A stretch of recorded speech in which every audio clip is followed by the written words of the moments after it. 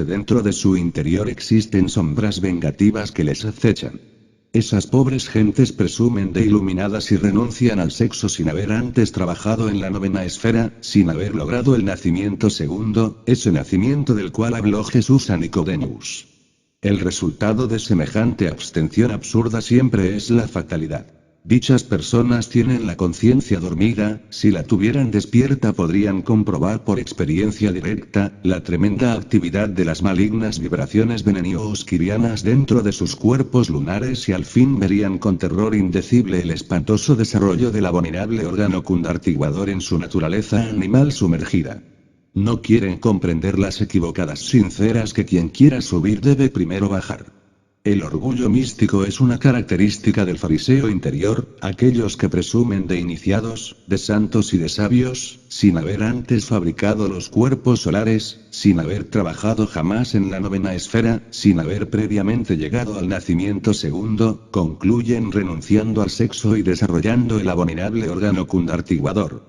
A esos equivocados sinceros es muy difícil sacarlos del error, esos se sienten supertrascendidos, presumen de dioses, sin haber puesto su pie ni siquiera en el primer peldaño de la escala santa. Cierto tipo de infrasexuales de Lilith maldicen al tercer logos, odian mortalmente al sexo y no tienen inconveniente alguno en aplicarle los más infames calificativos. A los infrasexuales les enoja que nosotros los gnósticos demos al sexo especial preferencia. Todo infrasexual presume de sabio y como es apenas natural, mira con cierto aire de desprecio a las personas de sexo normal, calificándolas de gente inferior, de gente equivocada, etc. El gran arcano que tanto odian los infrasexuales se encuentra muy oculto entre las columnas, J y B, de la masonería. El estudio del novenario sagrado concluye siempre con la piedra cúbica de punta, que en sus 9 caras maravillosas, reúne en sí misma toda la perfección espléndida del cubo y la elevación equilibrada de la pirámide de base cuadrangular. Abriendo inteligentemente la sagrada piedra filosofal y extendiendo sus maravillosas y espléndidas caras, obtenemos con asombro místico otra vez el sagrado símbolo de la Santa Cruz, como expresión perfecta del magisterio del fuego, por la unión de 2 cruces, formada la primera por los 5 cuadrados que constituyen las caras inferiores de la piedra y la segunda por los 4 triángulos de su vértice. Todo verdadero iniciado sabe muy bien que la primera cruz de tipo cuadrilátero simboliza a la naturaleza con sus 4 elementos que se desarrollan como cristalizaciones de la casa, Mula Prakriti o en Seminis universal. Se nos ha dicho sabiamente que la segunda cruz formada por los 4 ternarios o espléndidos triángulos esotéricos que emanan de un centro o punto originario es la cruz esotérica, expresión viviente del Logos triuno crucificado en la materia. En esta piedra viva del templo colocada entre las columnas de Adam Kadmon, Plus Ultra, se encuentra la clave de la autorrealización íntima. La piedra filosofal es el sexo. Esta es la piedra cúbica de Jesop. Resulta estúpido quererse convertir en una columna del templo del Dios vivo, sin haber cincelado antes la piedra bruta. En otras palabras, nadie puede llegar a la maestría, al adeptado, sin haber trabajado en la novena esfera. La piedra cúbica de punta tiene 9 caras, 9 vértices y 16 aristas. La piedra cúbica de punta nos está diciendo que toda elevación requiere una previa humillación. Es preciso bajar primero a los mundos infiernos, al 9º círculo, bajo la superficie de la tierra, para tener derecho a subir al cielo. Resulta imposible entrar al reino cuando se violan las leyes de la piedra cúbica de Jesop. Aquellos que renuncian al sexo sin haber logrado antes el nacimiento segundo, violan las leyes de la piedra santa. Aquellos inocentes que viven al otro lado del mal río, esos místicos sublimes, esos sabios venerables, esos nobles patriarcas que moran en el limbo por el delito de haber renunciado al sexo sin haber antes fabricado los cuerpos solares, pudieron eludir las vibraciones veneno-osquirianas tras el escudo protector de la santidad. Es estúpido renunciar al sexo sin haber logrado antes el nacimiento segundo, es absurdo violar las leyes de la piedra santa.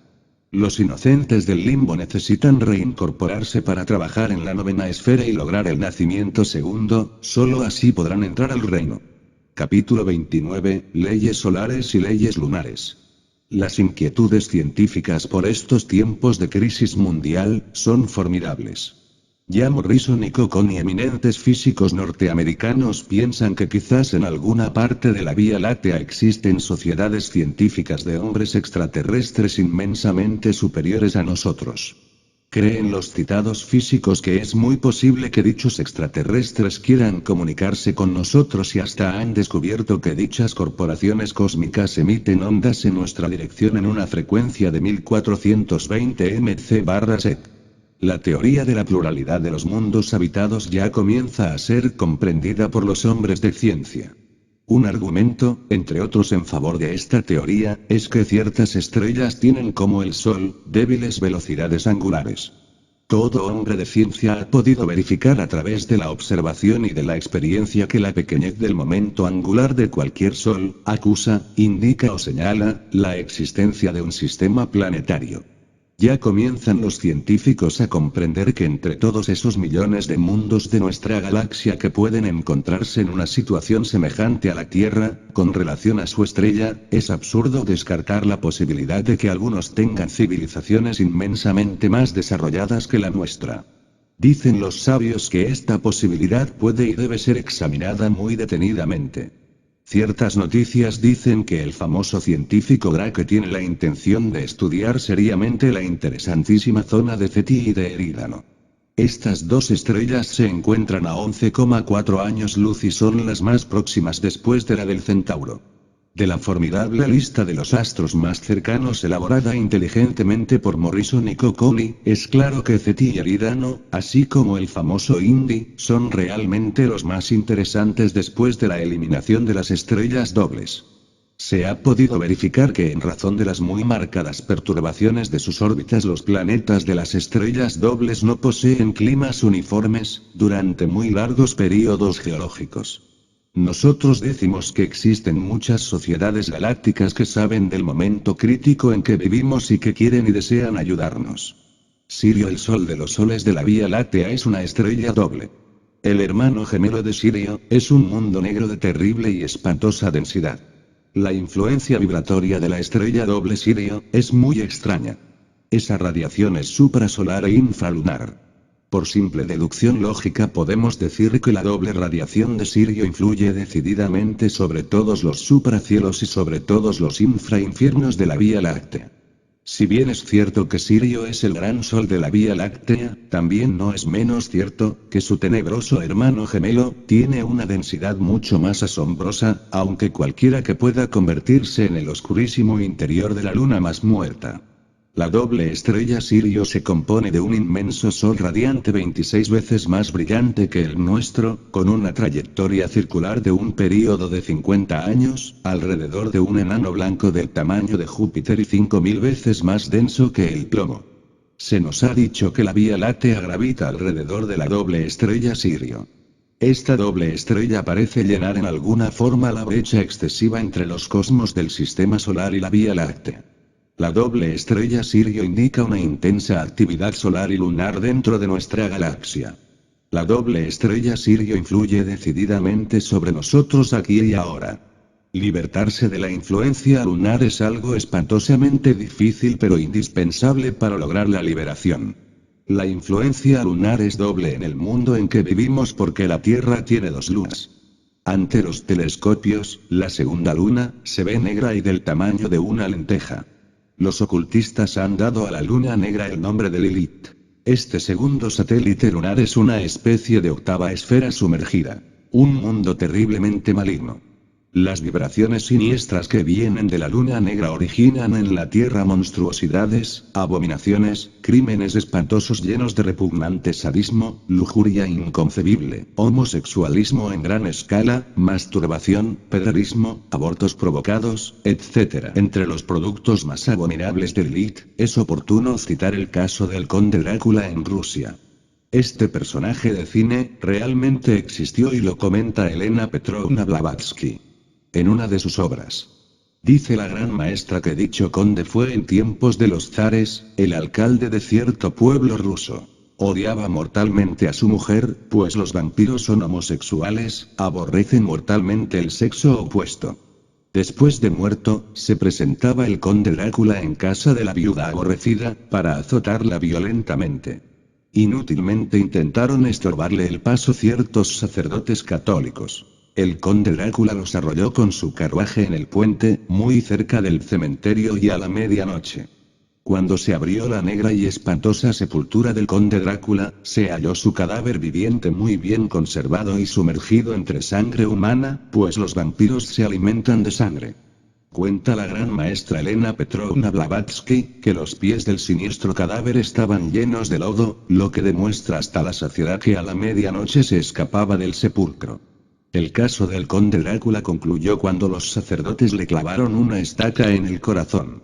En Palestina existe una orden de vampiros que se esconden tras el título siguiente: Orden de los Inmortales Guardianes del Santo Sepulcro.